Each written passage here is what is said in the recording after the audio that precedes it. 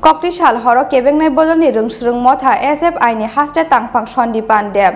Samung Sitra Tangnai Rok by Dam Rok Zangmani Pati Mungna Shezawoi. Tang Shalo haste ni police headquarter Buskango, Kadumani Punuk Laika, SFI, DYFI, TYF ni Adong Rok. Samung Sitra Kleine Rok no Dakti Romna ni Bagai, Shanmung Tishaka, DYFI ni haste tangpang Nobarun Deb. Kokti Shalo Poshim Zoynogar Amsayo SFI ni haste tangpang Sondipan Deb ni Nogo. Kisasuk samung sitra tangnai rok thangai bini nukhuni borok na dam rok mani koktuma dam rok mani logi logi subai kabukha tibini remut oboni yagulo police no horjaka koktuma police phaimani yagulo party mungno tui nukhuni borok ni thani na harka koksil jamong o party mungno tui no tangsala hasne police headquarter buskango khadumani phono laike SFI DYFI TYF ni adong rok samung sitra khlaini rok no dakti romna ni bagai sanmung tisaka DYFI ni haste tangphang nobarun deb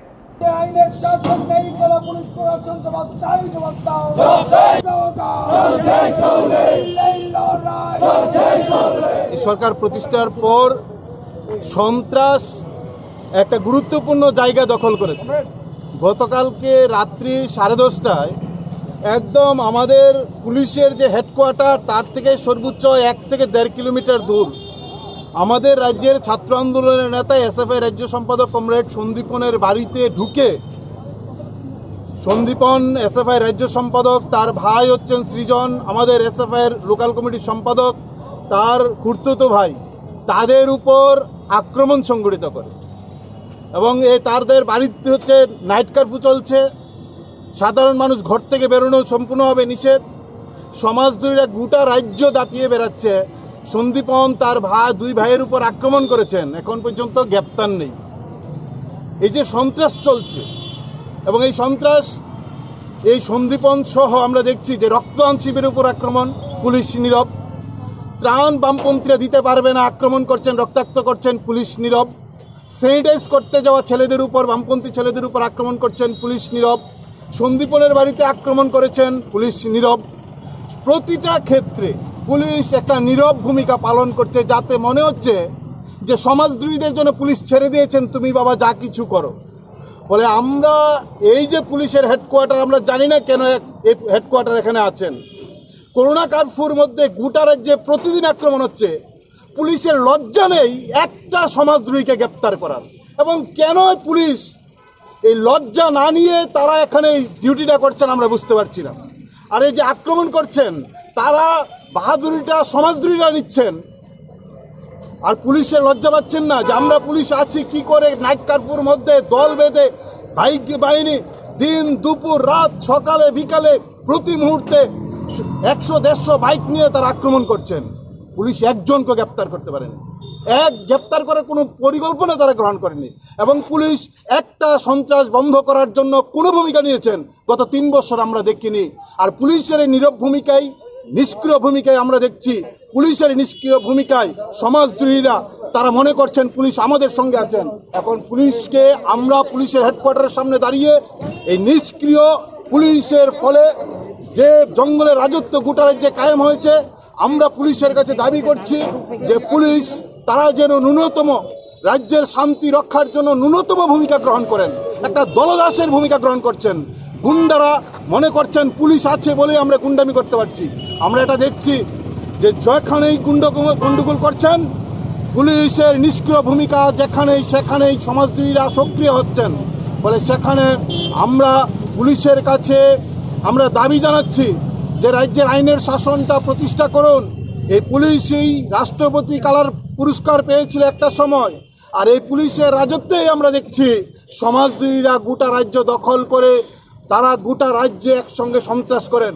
তারা কোনো সময়ের পরোয়া করেন না পুলিশকে পরোয়া করেন না মানুষকে পরোয়া করেন না কি চলছে গোটা রাজ্যে কেন আছেন ডিজি সাহেব আমাদের রাজ্যে কেন এই পশ্চিম জেলার এসপিরা আছেন এডিশনাল এসপিরা আছেন কাজটা কি তাদের মানুষ প্রতিদিন রক্তাক্ত হচ্ছেন মানুষ রক্তের জন্য মারা যাচ্ছেন হসপিটালে গিয়ে আর আমরা রক্তদান করতে গেলে বিজেপির সন্ত্রাসরা গুন্ডা বাহিনীরা আমাদের রক্তদান শিবিরে বাধা দিচ্ছেন পুলিশ ভূমিকা নিচ্ছেন না আর পুলিশ যেহেতু রক্তদান শিবির আক্রমণকারীদের বিরুদ্ধে ভূমিকা নেন না তার ফলে মানুষ মারা যাচ্ছে এই যে রক্তের অভাবে মানুষ মারা যাচ্ছে আমরা দায়ী করব শুধু গুন্ডারা না এই পুলিশও তার সঙ্গে দায়ী পুলিশ যদি ব্যবস্থা নিত আমরা রক্তদান শিবির করতে পারতাম মানুষ রক্তের অভাবে মারা যেত না বলে প্রতিটা ক্ষেত্রে পুলিশ দায়ী তাই দায়ী পুলিশের নাকের ডগায় হেডকোয়ার্টারের গেইটে দাঁড়িয়ে পুলিশের বিরুদ্ধে এই কথা বলতে এসছে।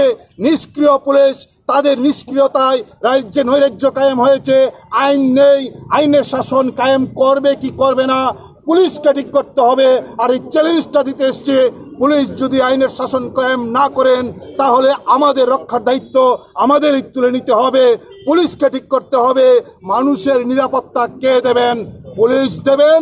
যদি পুলিশ মনে করেন না আমরা দিতে পারবো না, আমরা 3 বছরে ব্যর্থ, তাহলে তো আমরা যারা সাধারণ মানুষ আছে আমাদের এই অবস্থার মধ্যে দাঁড়িয়ে আমাদের এই সন্ত্রাসের বিরুদ্ধে আমাদের রাস্তায় নামতে হবে, কারণ রাস্তা ছাড়া আমাদের বিকল্প কিছু নেই।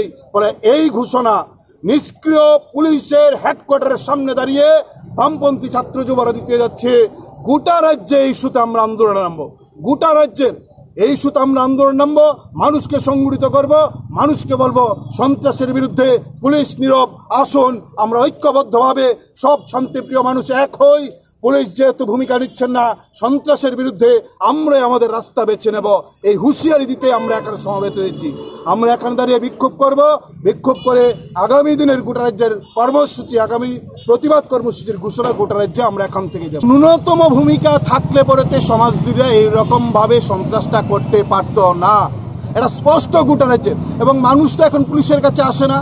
আক্রমণ হওয়ার পর মানুষ পুলিশের কাছে যাচ্ছেন না, কারণ মানুষ মনে করেন এই আক্রমণকারীর বিরুদ্ধে পুলিশ ন্যূনতম কোনো ব্যবস্থা গ্রহণ করতে পারবেন না। এটা পরিষ্কার হয়েছে গোটা রাজ্যে।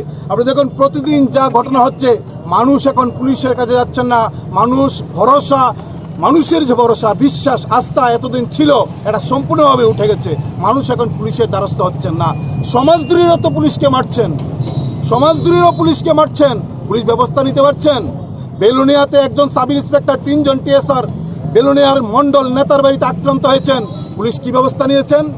কলমচুরা থানার 2nd অফিসার তাকে নেশার গাড়ি পিষে মেরেছেন, পুলিশ কি ব্যবস্থা নিতে পেরেছেন?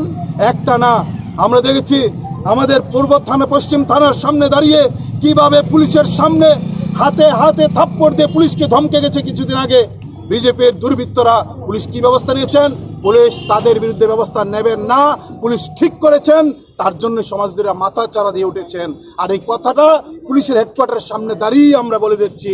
আমরা জানি, আমরা যারা এখানে এসছে, এই ভিডিও দেখার পর পুলিশের নিষ্ক্রিয়তায় তাদের বাড়িতে আবার গুন্ডারা যাবে এবং তখনও পুলিশ নিষ্ক্রিয় থাকবে, এটা জানি।